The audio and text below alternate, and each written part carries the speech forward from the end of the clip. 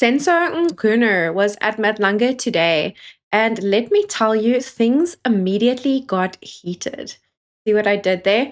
Today we are going to be talking about his testimony and what are the implications for some of the things that he said. Now, before I get started, I honestly thought that Senzo Mchunu was talking to us directly, us on social media, because everything that he said with his statements today felt like questions that have been raised on this channel, on other channels, generally on TikTok, on other social media platforms, questions that we all had as social media users.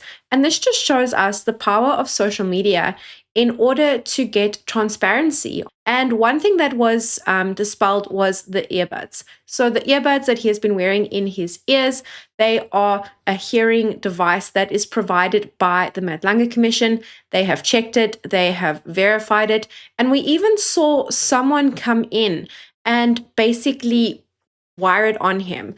So there's nobody on the other side giving him instructions on how to testify. And I'm glad that they showed it to us because as South Africans, we are interested in these proceedings. Because if what South Africa's Bay, General Mkhonaisi's allegations are true, that happened on the 6th of July, South African Independence Day, this means that our country has been captured by the cartel. And as South Africans, we cannot simply allow that. That is why there is such scrutiny on this case. But anyway, let me immediately get into it. So some interesting stuff that came out from Senzo Mchunu was that he wanted to dispel the notion that the chief of the police does not have any operational roles. So this is something a bit weird for me.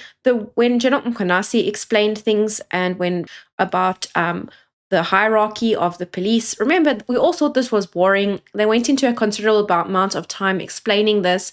From what I got from that testimony was that the police minister, he can basically enforce policy. So he can say, he can say to his high commissioner, who he works with, two sides of the same coin. As Senzo Mchunu himself said today, that let's get, for example, weapons off the street. And then it is up to the High Commissioner to form the task teams or to, act in the directives. That is what I understood from it. Comment below if you have a different understanding.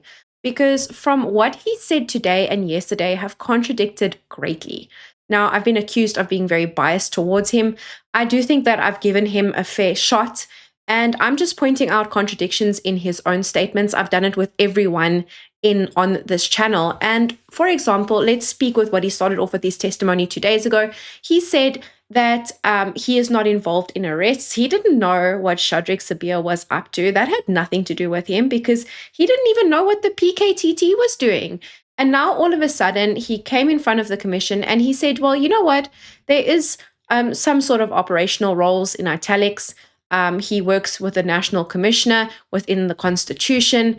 And I don't know what he was trying to say with that. We would have to have probably an advocate or a specialist on the constitution give us the correct answer, because that is not how I understood it from how General Mkhonaisi explained it, how Fannie Masemola explained it.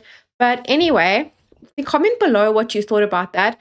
I thought is what he was trying to do is that he was trying to show us that he had permission or perhaps constitutional permission to disband the PKTT, which he didn't even know much about, that they were busy raiding Kat and Katie on the 6th of December, a few weeks before he disbanded it. He didn't know anything about that. He says that the national commissioner, which is Fannie Masemola, he's going to feature a lot in this episode, does not have the power to disband the PKTT because he was not the one who formed the PKTT. Now, based on this logic, we need to go back to how the PKTT was formed.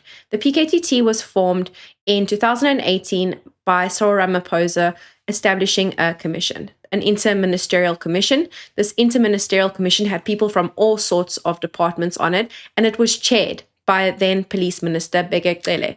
Now, Bheki Cele, with the encouragement of the commission, established the PKTT. And we know the PKTT had funding until March 2025. This is important because it was funding, I believe it was renewed on an annual basis. So if any time that a unit was going to be disbanded. It should have been at the end of the financial year, because this is how normal institutions work, but not on a 5-month basis, as he wants us to believe. But we have to talk about the PKTT. So by his own logic, the only person who had permission to disband the PKTT was the Inter-Ministerial Committee that was chaired by him. So what he should have done is he should have gotten them all together, gotten briefed on all of them, and then, per those notes and those meetings and those discussions, disbanded it. That's what officially should have happened by his own logic. And I don't know, I felt like he was digging himself a bit of a grave. I think just stick to one, just get one story and stick to it. Because now it just looks as though you're trying to please the whole of social media. You're trying to please the commission. The commission has already said they don't watch social media. So I would suggest just stick to one side of the story. And this almost feels like a little bit of a PR war to me. He then goes on to double down that the 31st of December, the PKTT disbandment letter, which he claims he wrote, and he takes ownership for all of that without any influence, was in line with the Constitution and with the law, and that he had consulted with his special advisor, who was an advocate, and the advocate indicated comfort. So let's dissect this for a bit. Why are you consulting with your advocate? Why aren't you consulting with your High Commissioner? Why aren't you consulting with members of the PKTT? Why are you doing it on the 31st of December? 31st of December, Fannie Masemola was on leave. We know he only found out about it on social media when someone sent it to him. And he was blindsided. Everyone was blindsided. The members of the PKTT themselves was blindsided. That disbandment letter did irreparable damage to the unit, as testified by Colonel Khumalo. And we have to talk about this decision, because this decision was interference, in my own opinion. Because on the 31st of December, everyone was distracted. They were doing other things. They were partying. There was a reason why this happened on the 31st of December. I was out having a good time with my Zamalek. And you know what? At the end of the day, 31st of December is such an odd date. And there is a reason why this date was chosen. And we then have to talk a little bit about why he did not wait until the new year to brief with Fannie Masemola. Why did he not wait until the end of the financial year? Because you know what? The PKTT was a no problem. The only time the PKTT became a problem was when it started to threaten the cartel. That is when it became a problem. And we have to look at the timelines, because the raids occurred on KT and Kat's house on the 6th of December. And then less than a month later, the unit is gone. And then we've got to go onto the complaint section, because then Senzo Mchunu claimed that he was receiving complaints from police whistleblowers. We know of the infamous two. It's Professor Mary de Haas. Now, Professor Mary de Haas, you know what I think of her testimony. I did dissect it when she appeared before ad hoc. And her connections, she could not provide a single piece of evidence before the ad hoc committee about her allegations against the PKTT, roughhousing people, mishandling people, teeing people. I can't say the full word. So we really need to talk about these allegations, because I feel like this is a bit at grasping at straws. And the other person who sent in the allegations is Patricia Morgan Mashale. She's been also a vocally against the PKTT. And we've got to now look at it into this point of view. So the PKTT is probably the biggest threat to the cartel in South Africa. So based on this logic, we need to investigate people who are intent on disbanding it, discrediting it, and taking it down. Senzo Mchunu came with some envelopes, not brown envelopes, but he came with an envelope with names, a list of 8 names of people who are going to testify against the PKTT for alleged wrongdoing and T, among other things. I can guess 2 of those names already, and I wonder if the other 2 are a Kat and a Katie. They might also be on there because Kat, remember, he had charges against the PKTT for assaulting his wife, among other things, forcing him to lie on the floor. Remember all of that stuff, forcing him to open his safe. So I wonder who else has grievance against the PKTT and why they want to testify anonymously. I mean, maybe if they want to be protected, I get it, but the commission would have to investigate that. I mean, everyone else has come before the commission and risked their lives and testified. We know about Revo Spies, and only people who have really needed to be classified have been classified. And then he went on to say that the argument that the PKTT should be kept because of its unique focus and ability to combat organized crime is wrong, because that is not what it is designed for in general. It was established to deal with political killings. And here I'm going to counter with something else. So we're going into election season next year. Would it have not been advisable to keep the PKTT on until the election cycle had finished, as Mary Machepa suggested in her testimony? Because at the end of the day, the PKTT's job is to eliminate political killings. And that is exactly my point, is that the whole reason it got disbanded was because it went into Armand Swart's murder. And that is when Witness C got involved. And that is when it got disbanded. Because as soon as it posed a threat to the cartel has done the same thing that it did to the whistleblowers, Babita, eliminate those whistleblowers in Urkelini, eliminate everything that comes in its path, because that is what this cartel does. That is apparently controlling our country. And that is why these hearings are so important, because we need to root it out. We need to fight for our democracy. We need to fight for our constitution. And if you think about it, when Senzo Mchunu says that we cannot keep focusing on one category and that there should be other categories such as firearms, organized crime, substances, and GBV, I completely agree. I completely agree with him. But just because you don't necessarily have to take away one unit and put all of those resources in another unit. So to give you an example, Senzo Mchunu would go on to complain about budgetary constraints and that the PKTT had used 100 million rand last year. So let us look at Kat's contract. 100 million rand is small change compared to the money that has been looted in Tembisa. Look at Kat's Medicare 24 contract. Kat got half, 48 million of it. That's half of the PKTT's entire budget. Kat got that before his contract was cut. Exactly half of it.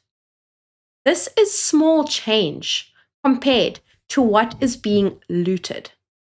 And I just thought that these issues about budget all of a sudden are very interesting.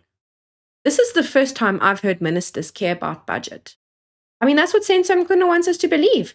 He wants us to believe that while you and me were out partying, he was working hard on the 31st of December to disband the PKTT, to save you and me taxpayer money.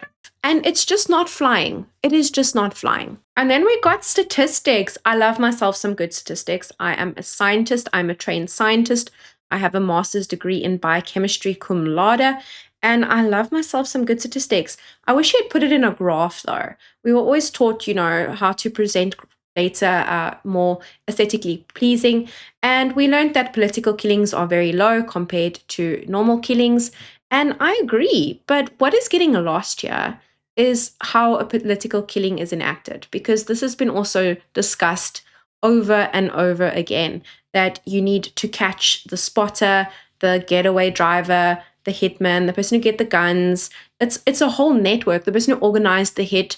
That is why you need a specialized unit. I'm not saying that normal killings shouldn't be prioritized. They should. But what I'm trying to say is that you don't have to take away from the one to give to the others. And that is another thing that Commissioner Khumalo repeated later on. He repeated those exact sentiments later on. He went on to deny that he disbanded the PKTT due to influence and pressure. And there was a bit of a weird exchange because he wanted to describe the use of the term immediately. According to Senzo Mchunu, immediately doesn't mean what you think it means. It doesn't mean what I think it means. It means later.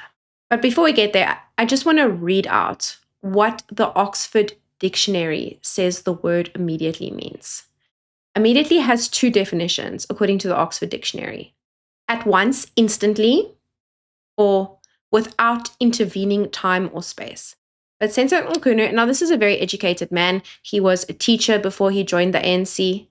He wants us to believe that immediately does not mean immediately. And I'll just let you make up your own mind here, because honestly, I was like, this is not going to fly. Is he trying to gaslight the whole of South Africa? Because that's not going to work. And I do want to say that when I indicated with reference to the PKTT, I attached the word immediately. Just to clarify what, in my understanding as I was sitting on the desk writing, and I would want to indicate to commissioners that I wrote this, although it's not the subject for today, but I wrote the directives and I take full responsibility for them, all three of them. I was not influenced by anyone, anywhere, not by phone, not by anything. I just had said for 3 days, 29, 30, 31, and asked myself, what changes, what impact have I made on subs? This is my 5th month in the department. I'm heading for the 6th month. And I need to see qualitatively the difference that I've made. And then I wrote these directives wanting to select just 3 issues that would make further impact on the work that we had done and not come to the department and just stay and not make any difference. And therefore, immediately, I know exactly where it came from. It says... Minister, maybe here is my suggestion. It's page 476, SM20 in your annexures bundle. In my Yes. annexure. So maybe as you are talking, have it in front of you. It will make it easier. Okay. It just comes naturally. It says... Minister, to assist you, if you could pull out your file 2, do you have your file 2 close by? It should be marked 2 or 5. Is it a different... It's not with your statement. Your statement is a standalone in file. another... Okay. There's help coming. It's fine. They'll assist me. So when we get to file 2, she's going to open page 476 for you, which is the disbandment letter that you issued. And it is that document that Commissioner Khumalo suggests. Okay. When you deal with these aspects, I touch you do on so this. with reference to that document. Thank you. Thank you for guidance. Are you finding it? Okay, good.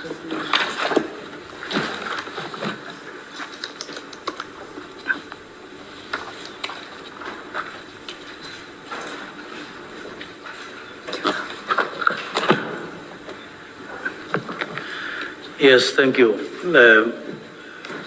So I won't go to, yes, this is the directives themselves. Oh, I see, thank you. The meaning in this context of immediately is not as that of switching the light. Switch off that light immediately, and you go to the wall, you do so. That is why, from where I sit, immediately can't be read alone in the directives. It needs to be read with what I requested from the National Commissioner, saying, go and prepare the preliminary report. And then also later, after the preliminary report, there should be MINESCO. MINESCO is where minister and deputy minister, that is ministry, sit with top management, so that we consider what I have taken a decision on immediately. So immediately would then mean the decision has been taken immediately. then prepare for those two things. So when you read that immediately alone, you remove the preliminary report and you remove the UNESCO meeting that was attached to that very directive, immediately loses meaning as in the directive. I'm sorry, Minister. I want to understand your use of immediately. What do you say immediately relates to? Does it relate to the disbandment, that is disbandment immediately? If not, what do you say it relates to? I'm not sure I understood you. It relates to a decision having been taken. So saying to the National Commission, take note that the decision has been taken immediately. The decision. So it is you that acted immediately. Maybe let me put it like this to explain. It doesn't say, for instance, with immediate effect. It says immediately, meaning this decision has been taken immediately. So the way I'm sitting, I think the two mean the same. But in the context, especially when you attach the preliminary report, which is not required as of 31, it is required for another date, and then the UNESCO, it clearly sends a message that this immediate is not like switching off.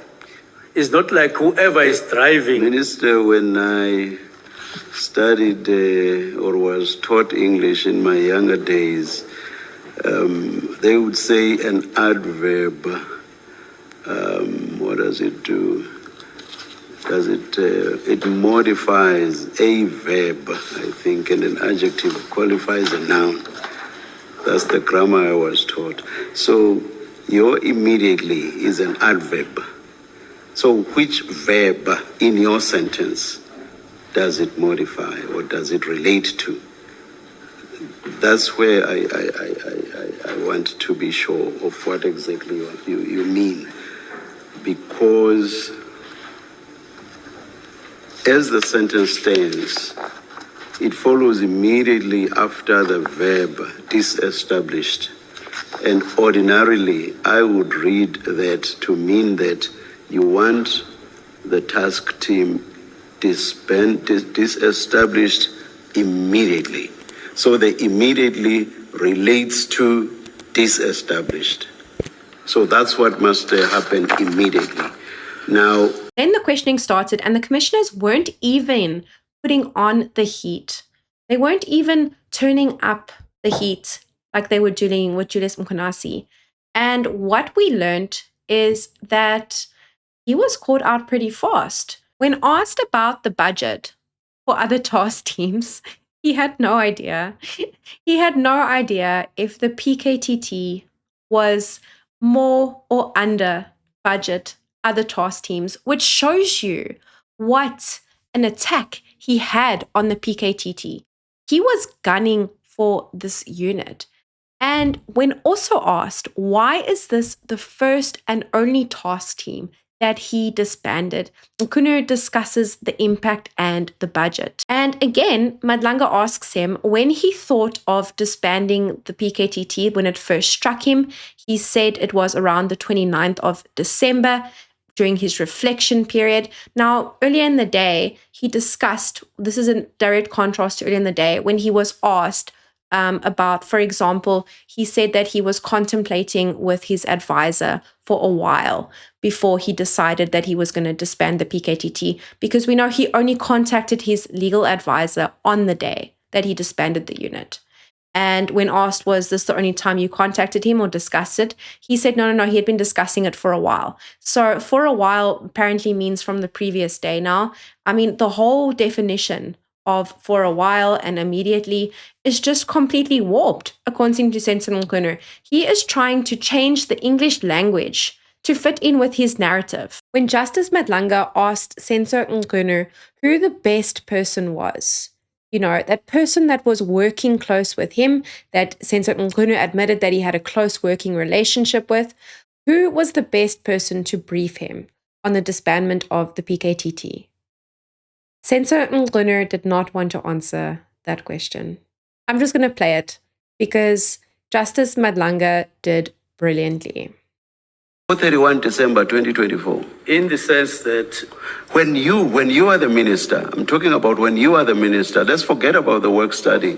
And I don't even agree that there was anything that there should be a disbandment even there. But anyway, the November meetings up to 31 December 2024 was a point ever reached. So I'm giving you a timeline. Was a point ever reached that the PKTT should be disbandment? Was such a point ever reached?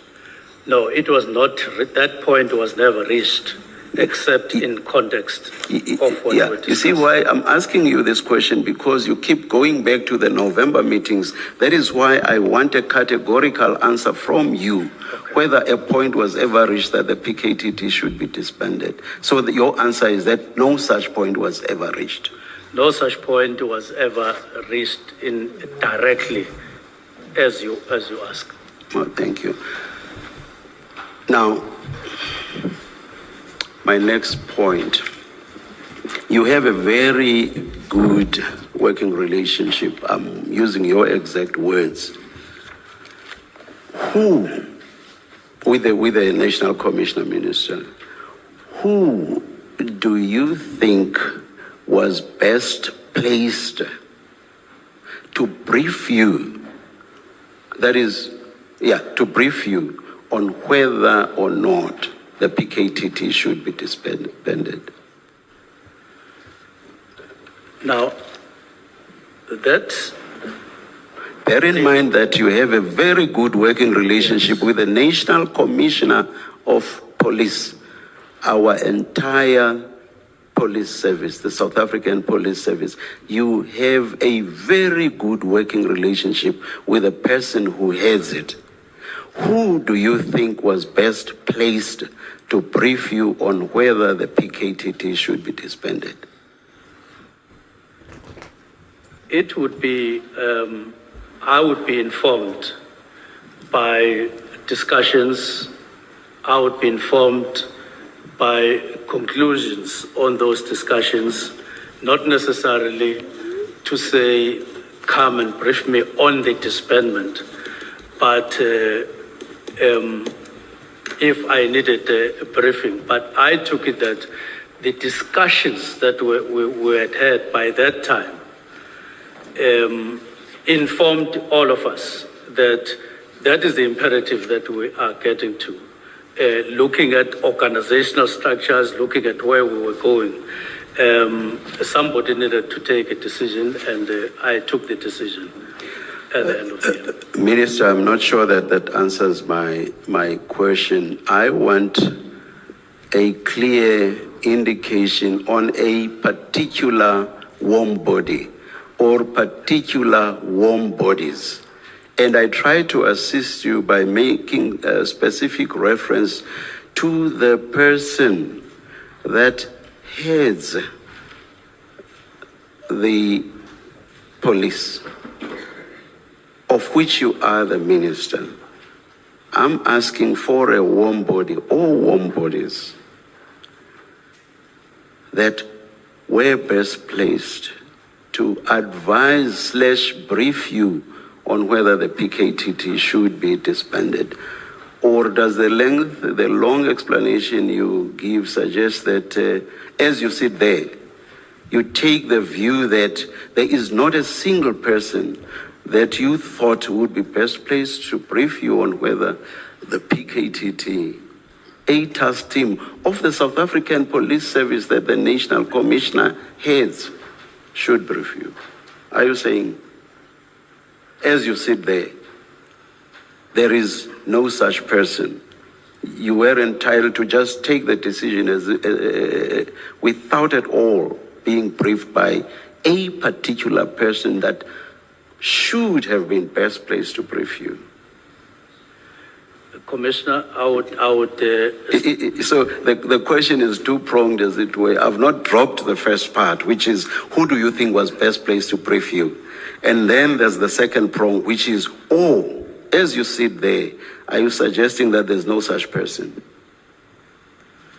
No, I'm merely saying we had discussions, in other words, briefings from the National Commissioner in November, and we were agreeing that there should be a review, but it was not particularly on disbandment.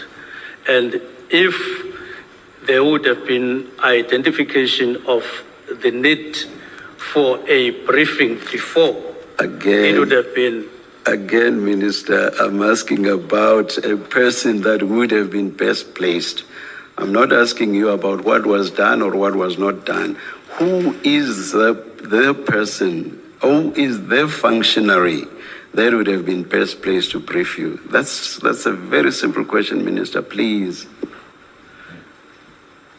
It is the National Commissioner. We all know you did. We all know that you took that decision without asking him to brief you on whether the PKTT should be disbanded. Is that correct? That is correct. Now, we've got to talk about Senzo Mchunu because we're going to go on a side quest. And this is the Anton Taylor side quest.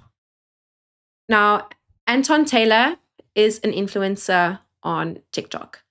And he is a comedian. You might have seen his videos. I think he's pretty funny. And in the beginning of the year, at around March, this is before our 6th of July Independence Day, when South Africa's page and Mkonasi came out and gave his presser.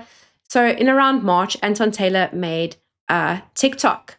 And he made a TikTok about Senzo Mchunu, who was police minister at the time. Now, Senzo Mchunu, I think he saw that TikTok and he did not like it because he sent the hawks after Anton Taylor. Now, this is a man who came to us today to talk about ethics, to talk about allegations of tea, to talk about allegations and abuses of power. Meanwhile, he sent the hawks after an influencer over a TikTok because he got offended. This is the man that we are dealing with. Do not let the image that he portrays of an elderly, frail man fool you, because this is a man who we're going to judge by his actions, not by his words. His actions are abruptly disbanding the PKTT unit without consultation from Fannie Masemola, who he admitted that he was supposed to consult or be briefed on the matter. This is a man who sent the hawks after an influencer who made a joke about him, about accepting a bribe. Now, this influencer, what they did is that they used the data from the TikTok to triangulate where he was based. And they sent not one, not two vans of hawks to his place of residence. They sent 3. And he was in America at the time. And when he came home, he was charged with crimes against the state for insulting a police minister by saying that he took a bribe. This is the type of man that we are dealing with. So I don't want you to be fooled by his calm demeanor. I don't want you to be fooled by his smooth talking. I want you to assess this man by his actions. And as we go on and as we cover his testimony tomorrow, which I will be doing, I honestly do hope that the commissioners get into more questions with him. For example, they dissect his relationship with Brown Mkhotsi. And thank you for watching. And I'm looking forward to what the commissioners have to say tomorrow about Senzo Mchunu and what questions they have to ask him. The impression I get from this is a man who is desperately trying to win the war of public opinion, who is trying to save his image. Remember, we heard from Kat, who, when he spilled the tea to Witness C, that he had presidential ambitions. But I personally do not think it's working. Comment below what you think. And as always, I value your opinions and your comments and your corrections. Comment below and let's join the discussion together.